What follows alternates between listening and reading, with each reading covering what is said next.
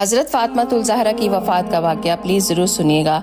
हज़रत अली ने हज़रत फ़ातिमा को दफ़न करने के बाद फरमाया था कि आज फ़ातिमा को दफ़न करने के बाद मुझ पर एक बात तो खुल गई है कि इस ज़िंदगी में कोई किसी का साथ नहीं दे सकता, कोई सदा सलामत नहीं रह सकता।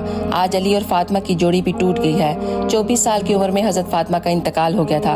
हज़रत फ़ातिमा ने मरने से पहले अपनी हातिमा से कहा कि मेरे लिए गुस्ल का पानी रखो, और फिर हज़रत फ़ातिमा ने खुद गुस्ल फरमाया और उसके बाद अपनी चारपाई को अपने घर के दरमियान रखवाया और कपड़े पहने। तो उस वक़्त हज़रत अली रज़ी अल्लाह ताला अन्हु घर से बाहर थे। तो आपने अपनी हातिमा से फरमाया कि अब मेरे मरने का वक़्त हो चुका है, मेरा गुस्ल भी हो चुका है, आप मुझे दोबारा गुस्ल मत देना, यही मेरा गुस्ल है, और अली को बता देना। नबी सल्लल्लाहु अलैहि वसल्लम के 6 महीने के बाद आपका भी इंतकाल हो गया।